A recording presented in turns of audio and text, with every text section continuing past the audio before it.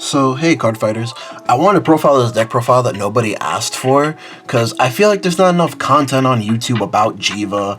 I feel like it's more of like, you know, the basic run-of-the-mill JHEVA builds, to where it's like you're building around the drive check guy, or like it's just like a generic JHEVA build. And to an extent they're right, but I feel like this is like a really cool rogue underdog, very aggressive deck. I think this is one of the most aggressive decks in the format right now, and I wanted to profile it because I thought I had like a really good list, and I wanted to like maybe like inspire some of my friends that I know they really like JHEVA, they really like Nirvana, but they're a little bit down in the dumps right now because Nirvana / JHEVA build doesn't really have like the sexiest card pool right now.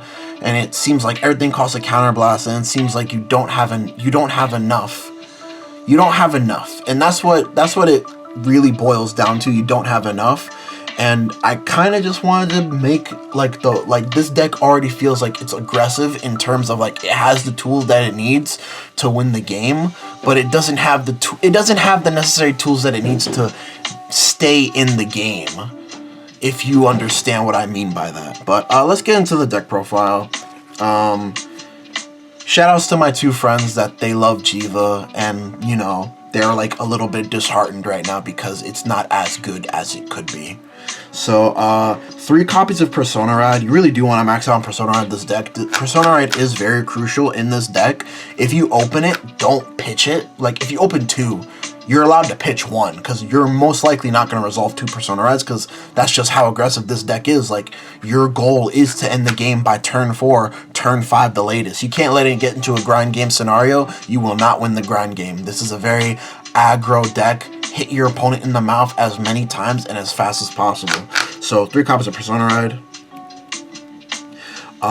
4 copies of Bauer. So let me just lay out the crossover dress units that are going to win you the game. So let me move this right here. 4 copies of Bauer and then 4 copies of Garo.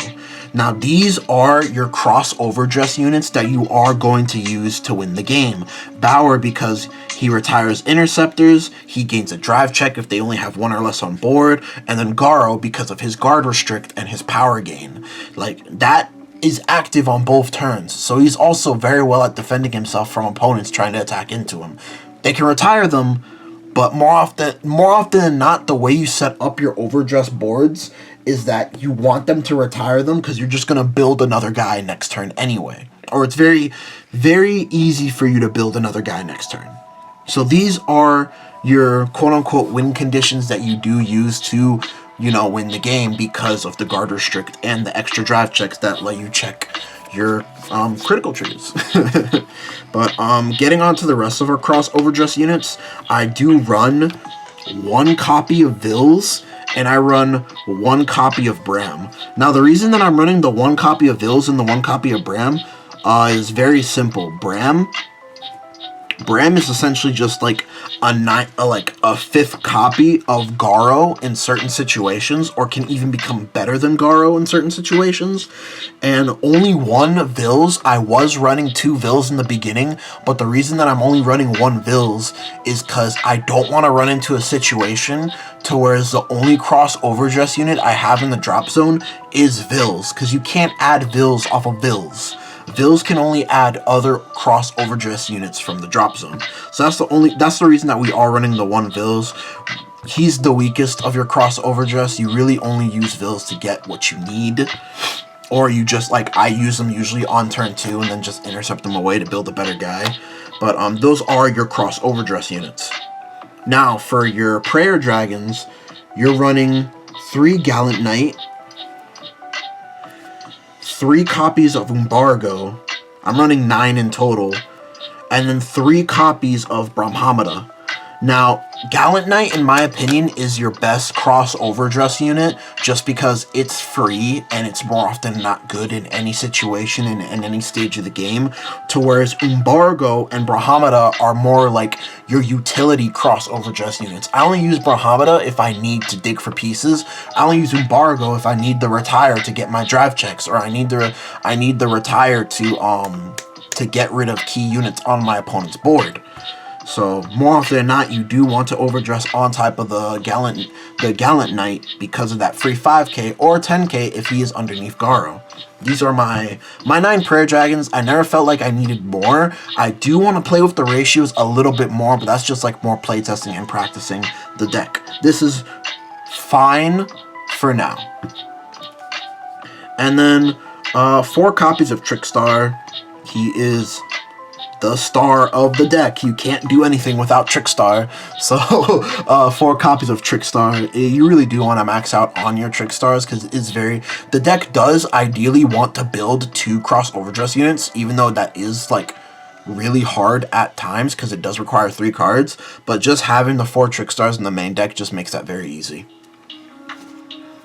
And then going on to our perfect guards, I run 4 of the regular D perfect guard.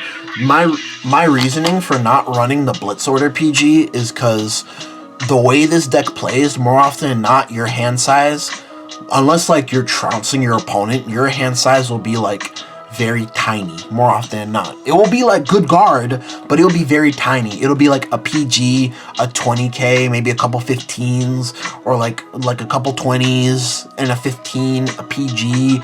Like it will be a very tiny 4 to 5 card, 6 card hand maybe maximum. Like, cause like, you know, your extra drive checks are pluses, but it'll be a very tiny hand. So on the hands that I do draw multiple PGs, I do want them to be DPGs over the Blitz Order PG, because the Blitz Order PG doesn't work the same way as a DPG unless your opponent's at grade 4, then it's better than DPG. And then onto our triggers, we're running 8 vanilla crit. This is basically more or not the same the same mentality with youth and like Gravidia, to whereas you don't need the soul crit. You would rather have the 5k crits in case you do have to call them and push with them, which more often than not, to close out a game, if I do like skim my way to survival, I do that. I do call out my triggers and my PGs to close out the game to win. 4 copies of regular heal triggers. Again, I've gone over this many times in my deck profiles. I just don't have much faith in the effect heals. I think they're trash right now, especially since like they only counter maybe like 1.5% of the tier 1 strategies, and most of the tier 1 strategies, like the effect heals, like just don't really work against them. So I don't really like that. I would rather just have the regular 15, because there's been many moments that I had the 10k and it lost me a game, and there haven't been any moments notably that I've thought of that where I had the effect heal and it won me that game, to whereas just having the 15 helped me not lose a game. And then 3 copies of the front triggers. You want fronts over draws because, again, this is a very aggressive deck. Ideally, you wanna swing with your Bower, because more often than not, your Vanguard's gonna be 18 or 13 or 23 or 28 maximum with Persona Ride. So you want the fronts because you're gonna attack with your Bower first with a drive check in one of your ideal winning boards.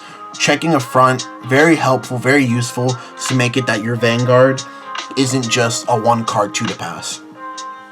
With actually the way you play this deck, that isn't necessarily a bad thing, making your Vanguard the weakest lane, because you're essentially playing as if you were Mahar, but you don't have triple drive. You don't have triple drive on your Vanguard. You do have access to triple drive, but just not on your Vanguard attack. So if you make your Vanguard like very weak into whereas it's only a 15k or a 20k guard, and like your opponent like is salivating, they're like, yes, 1 card guard, but you still have a very good high chance of breaking that guard because you do have the ability to deck thin and compress your deck, and you have multiple drive checks. So sometimes I do just take that risk if I know like this is the only way I am going to win, or like to whereas like if I did put it on a rear guard, they still will be able to guard anyway, and like they're giving me this free opportunity to win. So I'm like, oh, 2 to pass, okay, trigger crit or trigger, or front. So that's generally how like you know, the general play style of the deck.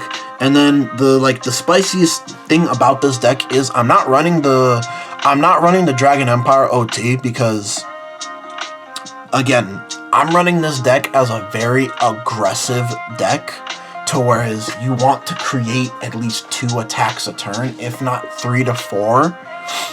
So because of the way I built this deck, to whereas you're probably going to be drive checking with Bower, you don't want to, oh, damn, I drove check the OT, but my Vanguard hasn't swung yet. So it would be essentially just 100 million. To whereas, like, theoretically, this helps me close out games easier and quicker because it's giving 2 units to 200 million. So you could give Garo the 100 million, so Garo still has the Garter Trick. So if they're PGing, that's 3 cards from hand, unless it's the Blitz Order PG. Or you could give the 100 million to your Vanguard, to whereas your Vanguard wasn't really that threatening. Or in other scenarios where they did 2 to pass your Vanguard, you get the 100 million. Okay, 100 million to my Vanguard. You healed. Okay, 100 million to Garo or 100 million to Bower. So that is my reasoning. I don't know if it's 100% correct, but it is, like, it makes sense enough to me to whereas, like, I run the Cray Elements OT and it has won me games based off of this logic. But anyways, I don't know if I'm going to be showing gameplay of this deck in the future. Comment down below if you do want to see gameplay. This deck really doesn't change as set 8, so if you're watching this in the future of set 8 meta, this is basically probably going to be my same list for set 8 meta. But don't forget to like, comment, and subscribe. There will be more content in the future. We're growing every day, and it's thanks to the support of you guys. I really wouldn't be where I am without, you know, you guys liking, sharing, and commenting on my content.